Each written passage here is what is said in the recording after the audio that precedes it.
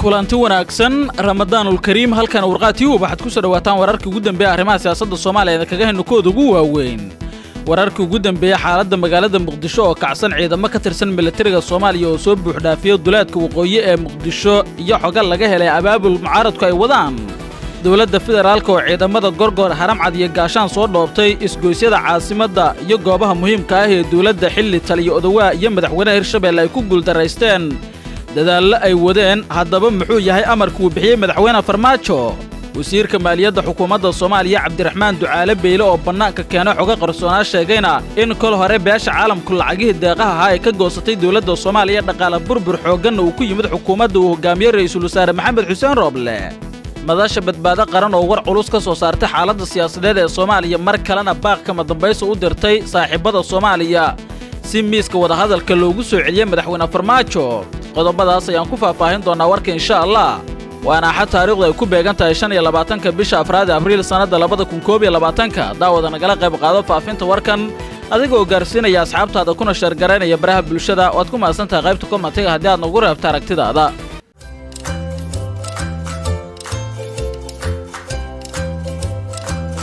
mar kale kulanti wanaagsan aynu ku bilowno warka warqaatiyo ciidamo ka tirsan kuwa militariga dawladda federaalka Soomaaliya oo ku sugnaa difaacyada deegaano ka tirsan Shabeellada Dhexe ayaa soo buux dhaafiyay duleedka waqooyi ee magaalada Muqdisho iyagoo sheegay inay ka soo horjeedaan muddo kororsiga 2 sano ee uu sameystay madaxweynaha qaranka Maxamed Cabdullaahi Farmaajo ciidamadan oo ku hubaysan gaadiid dagaal oo ku dhow 100 ayaa qaarkood gudaha waxay u soo galaan caasimadda gaar ahaan degmada Kaaraan kuwa kalena way ku soo wajahan yihiin sida ila xogogaala warbaahinta ay u xaqiijiyaan markii arrintan ay ka warheshay madaxtooyada Soomaaliya ayaa waxa wadooyinka qaar ee magaalada Muqdisho la dhigay ciidamo aad u fara badan kuwaasi oo xiray qaar ka mid ah isgoosyada caasimadda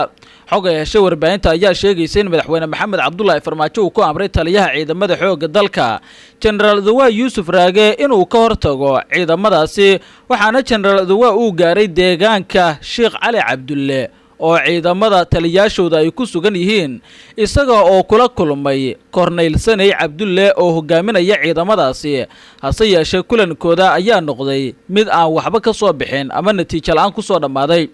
Corneyl Sanay Cabdulle ayaa sida xogta aynu ku helnay u sheegay General Dawaa Yuusuf Raage in ciidamada ka soo horjeeda muddo kororsiga madaxweyne Maxamed Cabdullaahi Farmaajo ay yihiin kuwa uu hogaaminaya isla markaasina ay mowqifkooda warbaahinta u cadeyn doonaan maanta iyaga oo qabanaya shir jiraa'id sidoo kale madaxweyne Maxamed Cabdullaahi Farmaajo ayaa amray madaxweynaha dawlad goboleedka Hirshabelle Cali Guudlaawe Xuseen inuu arrintan wax ka qabto maadaama taliyaasha ciidamadan ay isku hab yihiin hase yeeshee Cali Guudlaawe oo la xiriiray saraakiisha ciidamada ayaa dhankiisa ku guuldareystay dalabka madaxweyne Farmaajo inuu fuliyo kana dhaadhiciyo ciidamadaasi in dib ay uga laabtaan caasimadda iyo duleedkeeda ay soo buux dhaafiyaan dhinaca kale magaalada Muqdisho ee caasimadda dalka waxaa la soo dhoobay ciidamo aad u fara badan kuwaasi oo joojiyay amaba maanta xiray qaar ka mid ah wadooyinka caasimadda isku socodka gaadiidka iyo bulshadana yareeyay waqti dambe oo xalay ayaa ciidamadan la soo dhigay dhammaan isgoysyada caasimadda iyo xaafadaha qaar oo ay ka sameysteen fariisimo cusub dadka ayaa maanta cagtooda maalaya wadooyinka xaafadaha dhaxmara iyadoona inta badan wadooyinka waaweyn ee caasimadda laga soo celinayo in ay adeegsadaan dhanka kale magaalada Muqdisho ee caasimadda dalka xaafado ka mid ah waxay martigelinaysaa dhaqdhaqaaqyo ciidan waxaana xalay saacadihii dambe gaaf wareegayay askarta gaarka u tababaran ee dawladda federaalka Soomaaliya qaar ka mid ah qoysaska ku dhaqan caasimadda gaar ahaan xaafadaha ciidamadan dhaqdhaqaaqyada ay ka sameeyeen ayaa walwal ka muujiyay isku dhaxmara ciidamada maadaama goobahaasi ay ka dhow yihiin xubnaha mucaaradka sida warbaahinta ay u sheegeen ila lagu kalsoon yahay oo ku sugan magaalada Muqdisho caasimadda dalka dawladda federaalka Soomaaliya ayaa xoogga saaraysa goobo cayiman oo Muqdisho ah waxaana degan mas'uuliyiinta mucaaradka kadib markii ay iskaga guureen dhismayaal u dhawaa garoonka diyaaradaha aadan cadde ee magaalada Muqdisho kadib markii Saadaq John uu ka soo goostay dawladda federaalka Soomaaliya dhaqdhaqaaqyo ay sameeyeen ciidamadan ay ku sheegeen mucaaradka in haddii la fiiriyo hab istiraatiiji ahaan la go'doomin karo si kastaba xaaladda muqdisho ayaa waxay tahay mid kacsan waxaase socda dadaalo lagu doonayo xasarada in lagu qaboojiyo isla markaasina lagu yareeyo ciidamada aadka u fara badan ee ku sii qulqulaya magaalada muqdisho ee caasimada dalka mucaaradku ciidamadii ugu badnaa ayay diyaarsanayaan waxayna sameynayaan dhoolatus ku aadan inay ka soo horjeedaan aysan aqbalinin muddo kororsiga madaxweyne maxamed cabdullaahi farmaajo halka madaxweyne farmaajo dhankiisa uu ku adkaysanayo muddo kororsiga 2 sano ee qalinka ugu duugaan baarlamaanka jamhuuriyadda federaalka Soomaaliya inuu yahay mid sharci ah uuna ku taagan yahay sidoo kalena dalka uu ku gaarsiinayo doorasho lagu kalsoon yahay oo qof iyo coda dhinaca kale waxa dhaqaale burbur xoogan uu soo wajahay dawladda federaalka Soomaaliya kadib markii dhaqaale ay ka jarteen saaxiibada Soomaaliya ee beesha caalamka sabab la xiriir khilaafka doorashooyinka wasiirka maaliyadda xukuumadda Soomaaliya Mudane Cabdiraxmaan Ducaale Beyle ayaa sheegay in dawladda aysan wax lacag haynin kadib markii beesha caalamka ay ka jaratay lacagihii kabka ah ee ay siin jirtay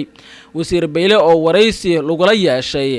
baraha bulshada ayaa shaaciyay in wixii ka dambeeyay bishii Agosto ee 2020 ay mushaarka ku bixinayaan lacago ay horay u siiyeen dawladaha dalalka Sacuudiga iyo Qatar iyagiina ay dhamaadeen bishii December ee 2020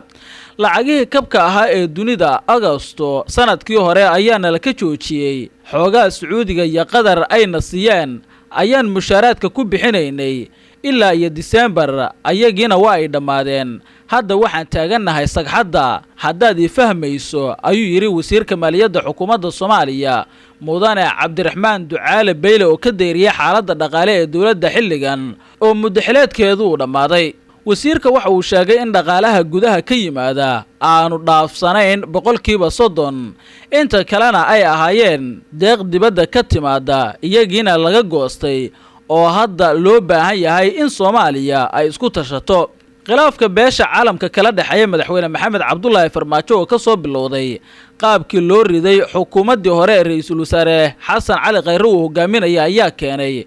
in uu sii xumaado kalsoonida beesha caalamka ay ku qabto nidaamka madaxweyne farmaajo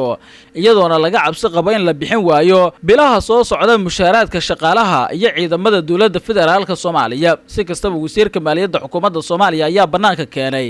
dhaqaalaha dawladda in hoos u dhac uu ku yimid haddana meesha ugu hooseysay uu marayo kadib deeqihii kaga imaan jiray beesha caalamka oo hakad galay weli shabakada wararka warqaadtiiba ay daawanaysaan madasha badbaado qaran ayaa war cusub waxay ka soo saartay arrimaha doorashooyinka Soomaaliya mar kale ayeen ugu baaqday beesha caalamka in si degdeg ah madaxda Soomaaliyeed loogu soo celiyo shirkii teendhada Afisyooni si xal looga gaaro arrimaha doorashooyinka loona soo afjaro khilaafka dabada dheeraaday maamul goboleedka Jubbaland oo kamid ah madasha badbaado qaran oo hogaamiye Axmed Islaam Axmed Madoobe ayaa sheegay in ay soo dhaweynayaan war murtiyada dhawaan ka soo baxay golaha nabadda iyo midowga Afrika kaasi oo looga soo horjeestay muddo kororsiga madaxweyne maxamed cabdullaahi farmaajo qoraal kooban oo ka soo baxay madaxtooyada dawlad goboleedka Jubbaland waxa lagu yiri waxaan aaminsanahay in heshiiska doorashada ee September 17keedii 2020 uu yahay wadada ugu macquulsan ee lagu gaari karo doorasho lagu kalsoonaan karo waxa Jubbaland ay sheegtay in ay ka dalbanayso sidoo kale beesha caalamka in sida ugu dhaqsiyaha badan dib loogu soo laabto miiska wada hadalka isla markaasina lagu dhameeyo khilaafka ka dhaxeeya madaxda dawladda federaalka Soomaaliya iyo madaxda maamul goboleedyada dalka wasiirka warfaafinta Soomaaliya Cismaan Abuukar Dube oo dhankiisa warbaahinta kula hadlay magaalada Muqdisho ee caasimada dalka ayaa sidoo kale waxa uu sheegay inay soo dhaweynayaan qodob la xiriira in ergey gaar ah uu midowga Afrika u soo magacaabo Soomaaliya si ay u dhaxdhaxaadiyaan dhinacyada Soomaalida taasi oo uu sheegay inay ahayd soo jeedin ka timid madaxweyne maxamed cabdullaahi farmaajo si kastaba wasiir Dube ayaa sheegay in dawladda Soomaaliya ay diidan tahay qodob la xiriira cambaarayntii uu golaha nabadda iyo midowga Afrika u jeediyay muddo kororsiga uu golaha shacabka u sameeyay hay'adaha dawladda federaalka iyo madaxweyne maxamed cabdullaahi farmaajo ma jiro urur goboleed sharci u leh in uu ka hor yimaado go'aan ka soo baxay baarlamaanka dal madax bannaan waana sharci darro mana soo dhaweynayso dawladda Soomaaliya cambaaraynta loo soo jeediyay golaha shacabka waa arrin la yaab leh qodobkaas waxaana uu si cad uga hor imaanaya waajibaadka shaqo ee AMISOM ee ah qaraarka 2568 ee ka soo baxay golaha ammaanka ee qaramada midoobay ayuu yiri wasiir Dube oo ah wasiirka warfaafinta xukuumadda ra'iisul wasaare Maxamed Xuseen Roble ma cadda sida ay wada hadallo ku dhici karaan haddii ay dowladda weli ku adkaysato muddo kororsaasi yeeshee dhinacyada mucaaradka ayaa dalbanaya in degdeg loogu laabto teendhada afisyooni halkaasna laga sii wado wadahadaladii u dhexeeyay madaxda dowladda federaalka iyo kuwa dowlad goboleedyada guud ahaan intaas ayaan kusoo gabagabaynayaa warkaad kala socoteen warqaa tube daawad haddaad ku cusub tahay channelka nagu soo biir subscribe dhawr kuma kadibna fura gambaleelka tan iyo kulanti dambe ramadaanul kariim